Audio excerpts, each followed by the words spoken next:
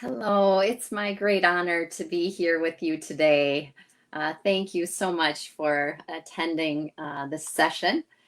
I would like to thank the wonderful Dr. Munir Musa for inviting me here to speak with you today. He's the volunteer director for this Global Forum for Teacher Education, and I am just thrilled and excited that you all have joined us. So we will now kind of go forward with our discussion on how teachers can integrate human rights education into their classrooms.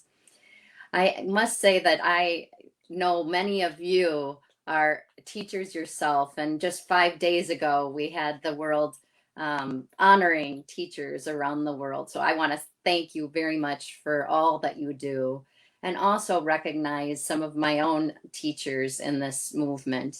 I'm here based in Minnesota, and this is the land of the Dakota indigenous peoples. And I have learned from the Dakota, Lakota, Nakota, Anishinaabe indigenous leaders here through my human rights education history. And I have also learned from global human rights educators for the last more than 30 years. So thank you so much for, again, being here. So now we'll kind of proceed. I will give you a overview of human rights education, how you may be able to begin to think about integrating this work into your own work. And many of you are already doing this, I know. A little snapshot of the history and the evolving nature of human rights education. And then I'll turn to more of my personal story of what I've been doing to integrate human rights education in my own area. We'll have a snapshot of children's rights framework, look at some human rights education models and books out there, and then we'll leave with some of the challenges and opportunities for us. So what is human rights education? Well, back in 2011, the UN Declaration for Human Rights and Training began. Now, this was really focused on educating about human rights, education through human rights, and education for human rights.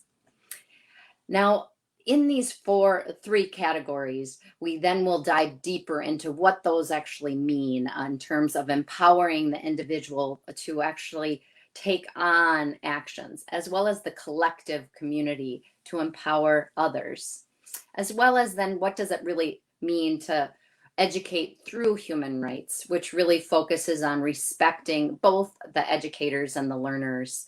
And then also, what is the grounding of this human rights framework? The Human Rights Educators USA, of which I'm the project director here, has a definition that really focuses on the lifelong process of teaching and learning. That also helps us both in terms of our knowledge, skills, and values, and responsibilities to further justice and peace in the world. Next. So the About Human Rights really centers on the content, subject matter, and what we teach. There's a core human rights standards. I have little passports that I usually hold up on the Universal Declaration of Human Rights, the UN Convention on the Rights of the Child, the Women's Treaty, the Indigenous Peoples Declaration, and the rights on persons with disabilities and on race. So these kind of treaties and documents provide a really core foundation for human rights that we basically use as a launching point. We also really want to understand the factors that contribute to supporting and undermining our enjoyment of human rights. So both the structural challenges as well as the other areas that I guess in history that have provided us with sadly a lot of trauma and injustice. But this really allows us both from individuals and groups to move forward. So now after the about human rights and the content of the subject matter, we can move to the through human rights. The through human rights really centers on the kind of the climate of how, and you could move forward, the pedagogy, the values, the culture, the school culture, or the community that you're really working with. So, really learning and teaching in a way that respects the rights of both the educators and the learners. And really, it centers on kind of this notion around compassion for and solidarity of those suffering through human rights violations, injustices, and discrimination. And then the last one is the four. So the four aspect of human rights really gets into both internal and external notions. So we need to reflect on our own awareness of our biases and prejudices, as well as we need to be open to reflect on our own learning from others and be compassionate, both for and in solidarity with the world around us.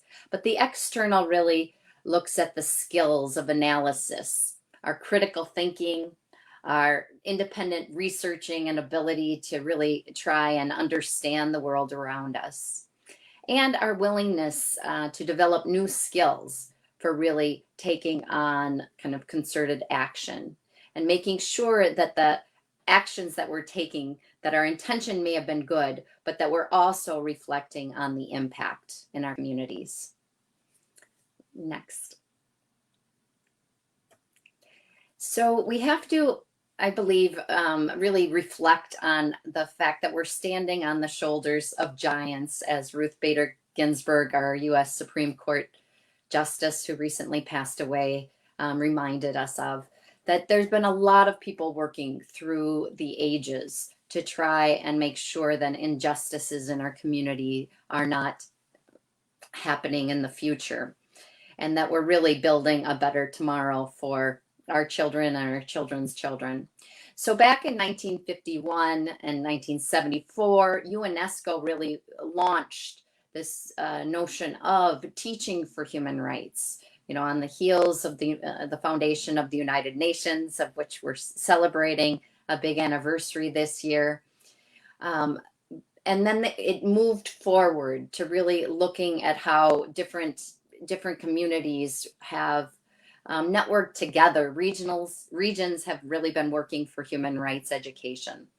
In 1995, when I guess it was the Beijing Women's Conference, but also a launch of a very important UN Decade for Human Rights Education.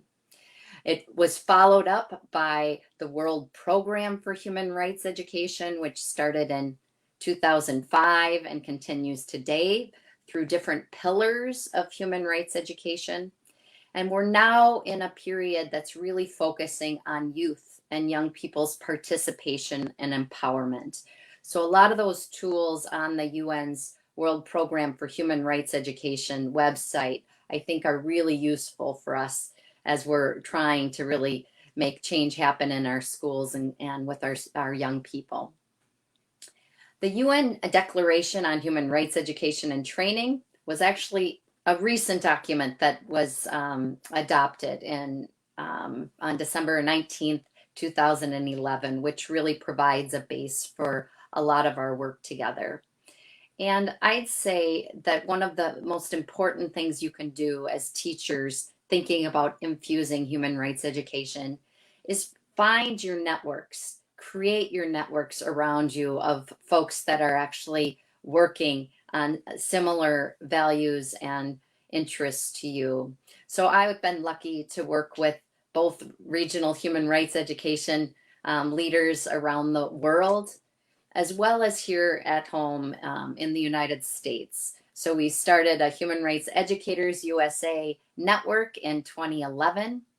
And we also started a university and college consortium for human rights education in 2016. So I really encourage you all, as you're looking at textbooks, curriculum, to also think about other organizations, community organizations that can support your efforts, and your higher education institutions that hopefully can provide some good foundation and support to you, so you don't feel like you're working in a silo on your own. So now I've mentioned a bit of how human rights is really evolving and human rights education has evolved. So in a way, right now, it's kind of the new, I'd say, advocacy arm that we're really trying to mobilize participation with young people as well as citizenry on a number of issues. So back when the United Nations was founded, they hadn't really been thinking necessarily about environmental rights, which are now, there's new declarations that are in the process of being developed. Um, Gay, lesbian, uh, bisexual, transgender, queer rights, how are those being infused into the work that we're doing on human rights education, reproductive rights, collective rights. So a lot of new areas of understanding and declarations and terminology are being developed.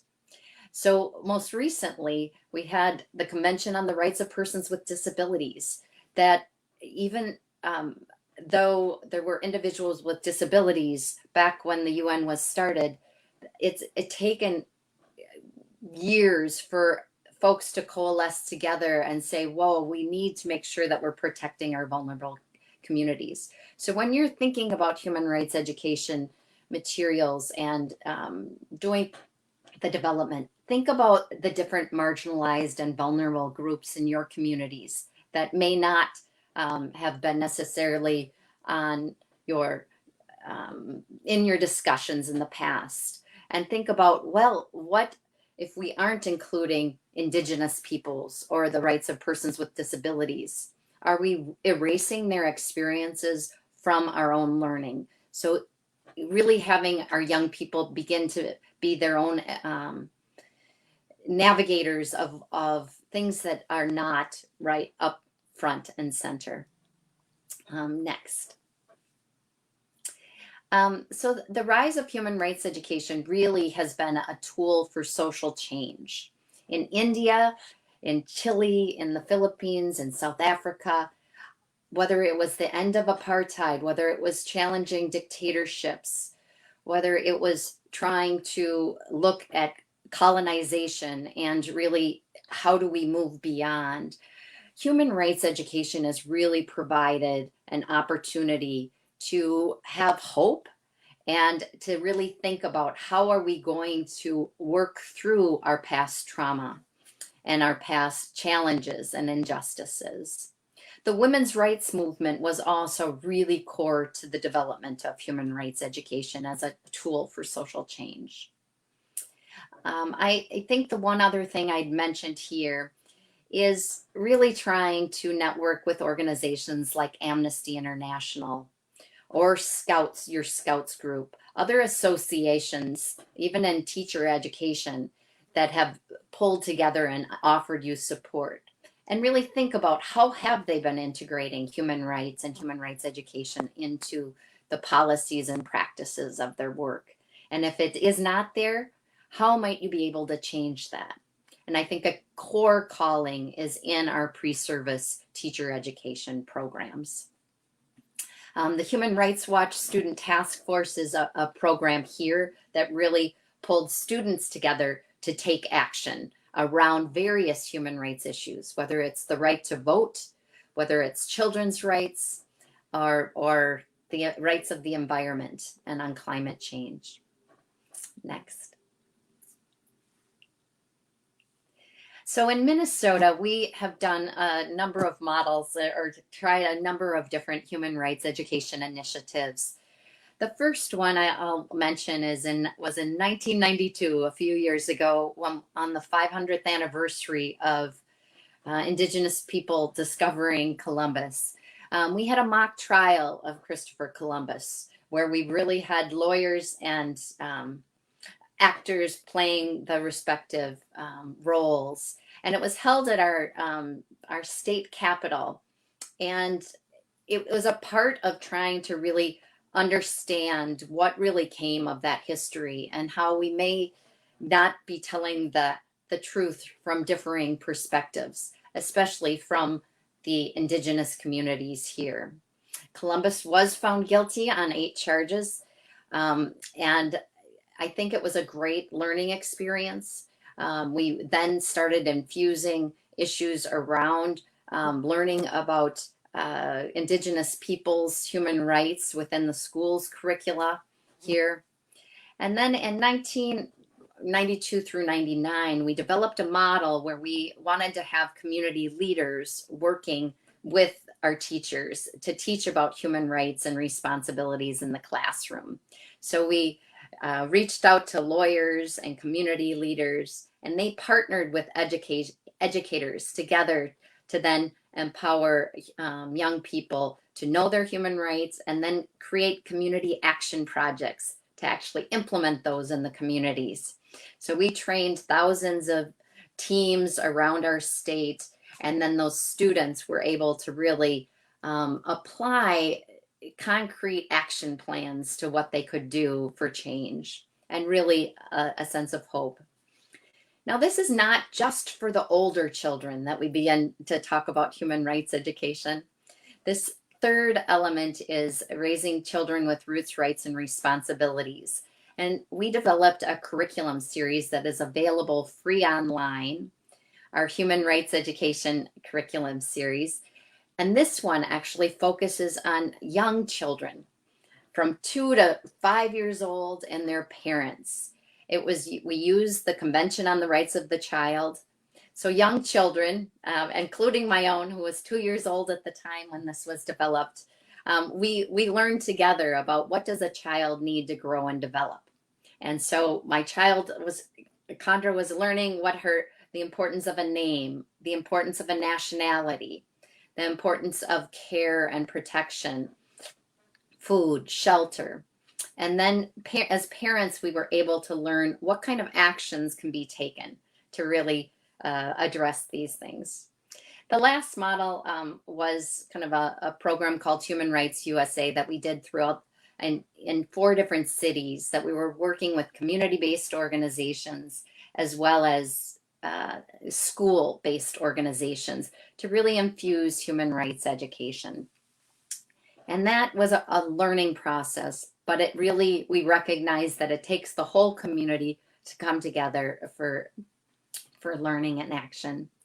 So this partners model, I think I've already mentioned it, that team approach, but I really pulled out the four E's here that really talk about, getting to that 4. I mean, and actually both the education about, the education through, and the education for human rights education and human rights. That This Is My Home is I think the only statewide K-12, which is primary through secondary school curricula, that really we developed with teachers and community leaders, because we decided that we really needed to build and develop this notion of human rights. So you can still find a lot of the resources if you go on to thisismyhome.org.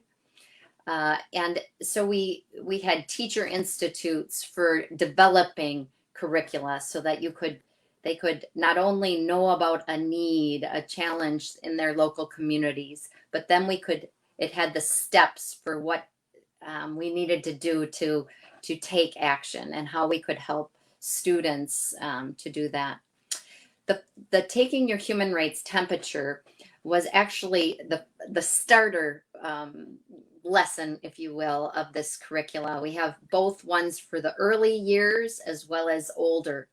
And this mapped in the Universal Declaration of Human Rights. So it took the articles, the 30 articles of the Universal Declaration, and put it into real context, like all children have the right to access to information in their schools, or the notion that everyone felt safe and secure in their learning environments. So this is just a tool that really tried to take the Universal Declaration and bring it close to home in everyday language and everyday actions. We then also provided additional curricula to go along with that. The Close the Gap was another tool that we used for, I guess we had our TV stations went out and did various vignettes. So you can have your young people go out and interview um, their local leaders on various topics. And then they can say, well, what kind of, once we're hearing these stories around some injustices, what can we do to take action? So this example is one that really had the students able to go through all of those three processes of human rights education. And I would say the indicator measures, you have to really understand what change are you hoping to accomplish in with your human rights education with your young people. I think we've really evolved and a lot of those programs centered on youth participation. How can we engage young people to really understand that they can make a difference and through their actions that they are really making the change. And we're seeing that with the environmental movement. Young people are the ones who are leading. And so oftentimes we may, as adults, have to be supporting them in that work as kind of the behind the scenes. So that's where the community partnerships really take hold and offer support, as well as making sure that those families are engaged and involved as much as possible, and that you're really not solely seeing it as a classroom curricula, but that you're really trying to build a full school or a full community program. Next. So we found that what using the Convention on the Rights of the Child really engages young people because they know that they have and should have their human rights protected, as well as that they have a sense of responsibilities to making sure that happens as well. So this is, I guess, using the core principles. I was going to actually ask all of you to write down why are you here today? What value, one or two values, really had you deciding that you were going to get up on a Sunday, or maybe it's Saturday or a Monday where you are, to participate? Because I think it's in knowing our own educational values of what is driving us that will really help us to create the environment for our young people to find success. And then asking them too, what are the values that they hold dear? And then how do those actually connect up with elements of the Universal Declaration of Human Rights or the Convention on the Rights of the Child? Next. So we have developed, and if you go on to hreusa.org, you can find a number of lessons that you can integrate on the Convention on the Rights of the Child. What we've done in this last year with the anniversary, the 20th anniversary of the Convention on the Rights of the Child that was adopted in 1989, was really having young people going to try and have their cities pass resolutions in support of the UN Convention on the Rights of the Child, and then figure out how can those cities be held accountable to trying to make sure that all children can thrive and develop. So there, we then had a video project that young people were trying to also say how this children's rights and responsibilities can shape their own lives and the lives of others. Next. Here in Minneapolis, which, as you know, we have our own challenges and the sadness of George Floyd's passing, killing by police officers. Back in 1862, the largest mass execution of Indigenous peoples, 38, were hung. And so we're trying to still heal from a lot of past trauma and also recognize, the continual trauma that exists today because of a lot of pain that has been and continued pain in our communities. So UNICEF is working with us here in Minneapolis to try and move toward being a child-friendly city. There are over 3,000 child-friendly cities of UNICEF's around the globe in 50 different countries. And so this model of really how do we center children and how can they be a part of creating this community is, I think, a really useful tool as we're thinking about how do we really infuse human rights education and children's rights education into our curricula. This is just the mayor of Minneapolis and the signing of kind of our pilot for human rights education. And that's just a quick map of other cities that have taken this on. So we all do have a hand in making human rights happen in our local communities as well as on a global front. So these are just 4 models, and I know we're closing up time, but I really would love you to try and explore some of these human rights education models. The Felisa Tibbetts model really centers on the importance of human rights education as both values and awareness, an accountability step of how are we holding ourselves accountable, as well as the activism and engagement. Monisha Bajaj's model really looks at the global citizen and coexistence, as well as some transformative action. How are we changing? The next models are kind of infuse a bit of those other 2 areas of human rights education around the knowledge and awareness, the personal and communal values components, as well as the actions and advocacy. I think Ahmed's model goes that one step further to make sure that we're looking at sovereignty issues, tactics, and in a way, disruption. How are we actually being able to have these brave conversations and around these tough challenges and systemic racism or systemic oppressions that we face? These are 4 books that I recommend if you have time to read for our continual learning. One's on schooling for social change and specifically looking at the Indian context in India from Monisha Bajaj. Human Rights in Schooling from Audrey Osler, which is comes more from a European context. The Susan Katz and Andrea Sparrow's book on schooling gives really also more thoughtful, how do you integrate human rights education throughout your teaching and even the early years.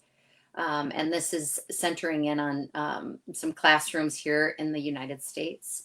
And then lastly, Maria is talking about really restoring dignity in our public schools. So those are just a few of how do we benefit. So I think we right now have an urgent need to really look at how can we infuse human rights education into our schooling, both in pre-service teacher training as well as our in-service ongoing teacher education.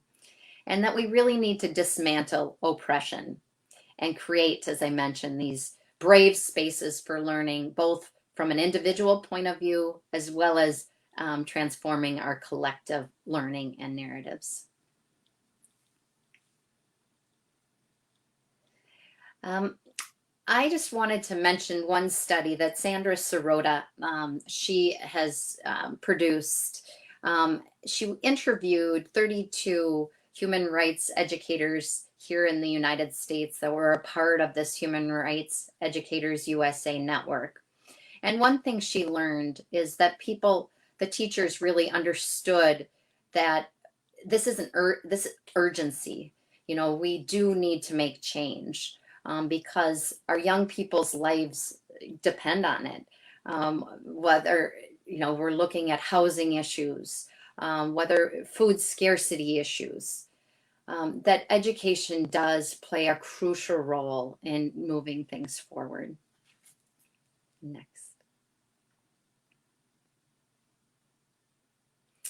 So the challenges for human rights education, I think we've got to make sure that human rights education is not perpetuating solely this notion of Western values to the exclusion of other values. That's why I've mentioned that I think starting off classroom discussions around what do your young people value? What do you as educators value is so crucial. Because I think that tells our collective stories as we start putting the patchwork quilt together around what is important. We need to make sure that we're not ignoring structural violence, such as institutional discrimination, as well as that we cannot reinforce state power when we see notions of injustice occurring. And that we need to not just hold up the Universal Declaration of Human Rights or the Convention on the Rights of the Child as just learning in and of itself, but we have to critically question those. Like, well, what isn't there? Why have young people not been on boards in our schools? When their decisions are really affecting them, how could they be a part of our local school boards or decision-making groups? So it's important to think that human rights, as we talked about, is an evolution. So we need to continue to push for justice and use our critical thinking skills and creative thinking skills about what can be done. So teachers, in terms of preparation, should address structural violence. I think it's really important that we're not looking at things through just a deficit model of what don't we have, but instead we can really look at the impacts of recognizing these injustices and how we need to transform those. Next.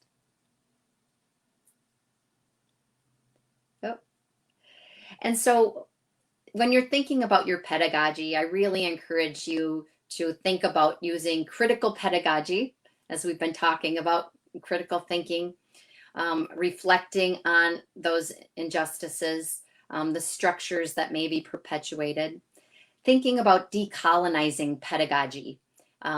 Really, how has colonization really impacted the structures that we're learning and that we're using, and how can those be shifted as well? And finally, we really need to address teachers' concerns in this process. This gives you a deeper dive into critical pedagogy. I think it does focus on kind of this folks who are feeling oppressed, liberating themselves and empowering ourselves to really push against oppression, as well as to create spaces for dialogue, agency, and collective action. Next. This talks about a bit of pedagogic discomfort, mutual vulnerability, that we really have to understand that we all are human and getting recentered on the humanity, that we also need to really figure out how does compassion and empathy relate into our constant learning process. And next is the decolonizing pedagogy, this notion that we do really need to acknowledge and scrutinize kind of this Eurocentric dominant model, at least in the US context, but you all will want to reflect on your own notions of how colonization has impacted you and your local communities, and how do you need to try and unpack and reframe so that we can have a collective narrative that is moving toward hope and recognizing our past. So in terms of addressing teachers' concerns, we need to make sure that there's supportive administration, that we personally are trying to address our own biases of discrimination.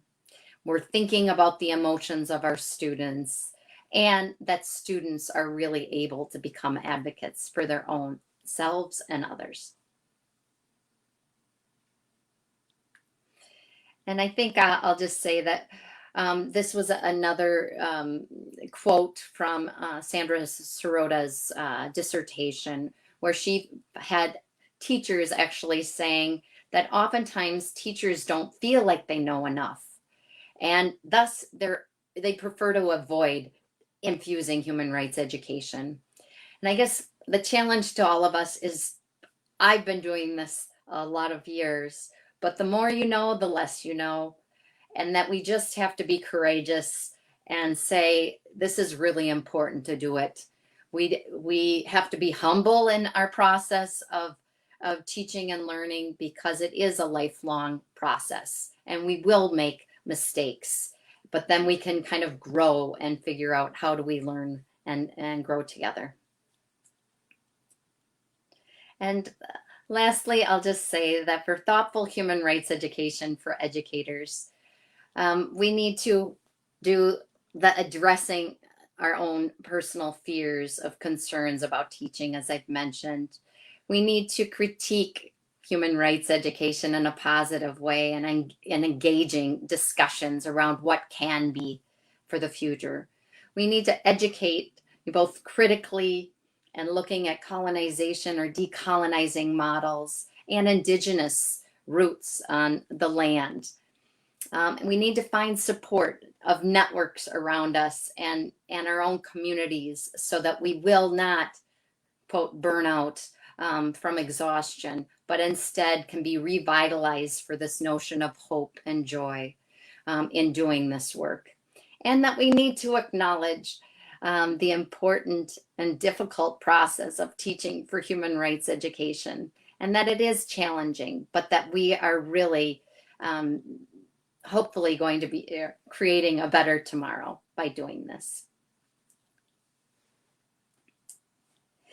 And I now am really happy to take your questions and to have a discussion for a few minutes here. I'm also happy to respond to questions via email if we don't get to respond to all of them today, or on Facebook, I think.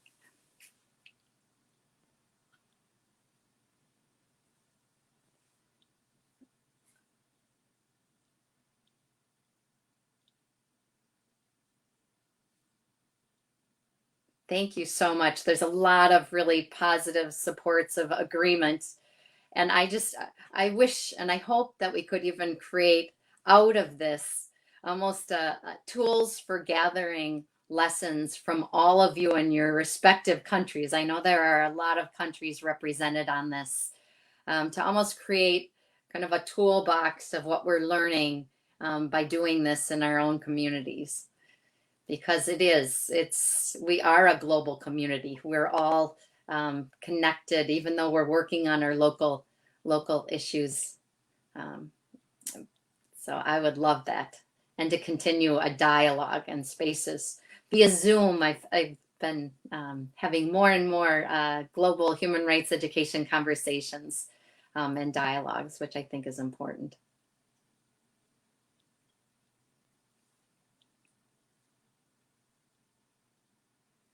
Thank you all for taking your time to be here on this this morning here, I guess my morning. It's late in the evening in many places where you are. And I'll say Eleanor Roosevelt said, basically, human rights education has to have meaning in small places close to home, so small and so close they can't be seen on any maps of the world. And that's what I think we represent here, is we're those tiny places globally that are all trying to make hope and change. So thank you again so much for all that you do as educators and working with our young people and families to make a difference.